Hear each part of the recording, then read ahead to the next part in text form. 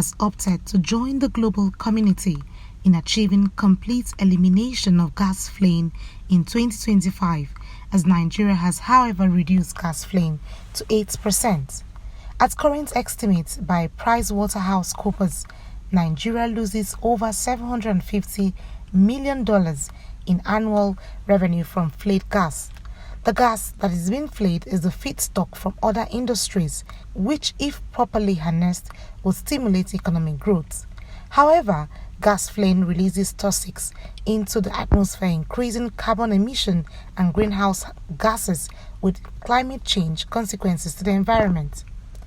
The Minister of State for Petroleum Resources, Temipire Silva, made the commitment at a public hearing on the need to end gas flaring in Nigeria and harness associated gas in Nigeria, organized by the House Representatives Joint Committee on Gas Resources, Environment and Climate Change. The hearing attracted the presence of the Minister of Environment, Mohammed Abubakar, who was represented by a director in the ministry, Abbas Suleiman, the Group Managing Director of the Nigerian National Petroleum Corporation, Mele Kyari, and other critical stakeholders in the petroleum sector of the country's economy. We have actually reduced gas flaring significantly to a very minimal level of 8%. And if you all recall, last year, the Ministry of Petroleum started what we call the National Gas Expansion Program. And we declared year 2020 as the year of gas. At the beginning of this year, we also declared year 2021 the beginning of the gas decade. And we believe with all the programs that we have in place, lined up, we believe that we are on course to achieve complete elimination of gas flares by year 2025. Gas flaring leads to global warming, and the fear that the Earth might snowball into a runaway greenhouse effect like we have in the planet of Venus, is one of the major reasons why it has been globally accepted, just as the Honorable Minister of Petroleum mentioned, that all efforts must be put on, all hands must be put on deck to ensure that gas flares are totally put out. Declaring the event open earlier, the Speaker of the House of Representatives, Femi Gbajabiamila, who was represented by Honorable Luke Onofiok and other stakeholders, said that though there had been many unfruitful conversations about achieving the objective, the Ninth House was committed to achieving the narratives, reiterating the resolve of the House towards putting an end to this unjustifiable perennial problem of gas flaring in the petroleum industry. The conversation about gas flaring in Nigeria has been going on for a long time. Unfortunately, those conversations have not yielded the desired results.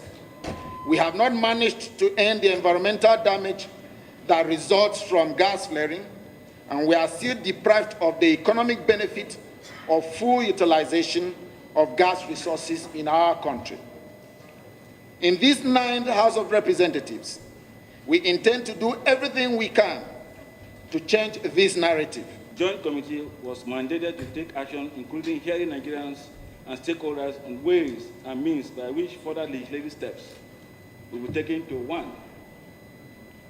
Stop forthwith the continuous flaring of associated gas and ensure the installation of equipment for capturing the associated gas as it is obtained elsewhere in the world. 2. Support the Ministry of Petroleum Resources, Nigerian National Petroleum Corporation, NNPC, and other regulatory bodies saddled with the responsibility of ending gas flaring in Nigeria to ensure strict compliance with the Flare Gas Prevention of Waste and Pollution Regulation 2018, as well as implementation of the Nigerian Gas Flaring Commercialization Program, NGLCP. Investigations show that over 250 identified toxics and metals are released in the Niger Delta region from gas flaring. Nigerian government's effort to stop gas flaring have been inadequate and ineffective since 1979. It also failed to meet its target of ending gas flaring by 2020 as promised. The Nigerian government, with other stakeholders, promises to end gas flaring by 2025 ahead of the United Nations target of 2030. And gas has value. Even from an informed business perspective, converting gas to value is so obvious that it is attractive. And this is what we are doing today, so that we can use gas to develop our country, create wealth, and create opportunities. Gas flaring is probably an accident. No one wants to flare gas if you can commercialize it. But there must be a perfect framework for doing that. And two things must happen. One is put the enabling infrastructure, which we are doing immensely. We are building major trunk lines that will receive most of the flare gas that you are seeing today. We are connecting most part of these countries to the gas network so that people can convert this gas to value either for power or for industries. Some members of civil society organizations and host communities are proposing that governments should enforce penalties and hand over the fines to the affected communities, saying the government should focus on providing potable drinking water, healthcare, and reduce the effect of gas flaring on the environment. Operating companies for penalty or penalty on gas flared is not the answer, but the monetization. But there is only one thing that troubles me in all of this. The federal government talks of gain. The operating company talks of their gains and the penalties. Without recourse to the host communities, there is something here the minister himself said, I borrow from there again. He said, this is a very crucial issue. I don't think we all know that. The hearing was adjourned to help the committees look into various recommendations to further take action, as the idea is to boost the nation's economy, create jobs for the youth, develop local content in the industry, and for government to have additional revenue. Anita Patrick, Core TV News, Abuja.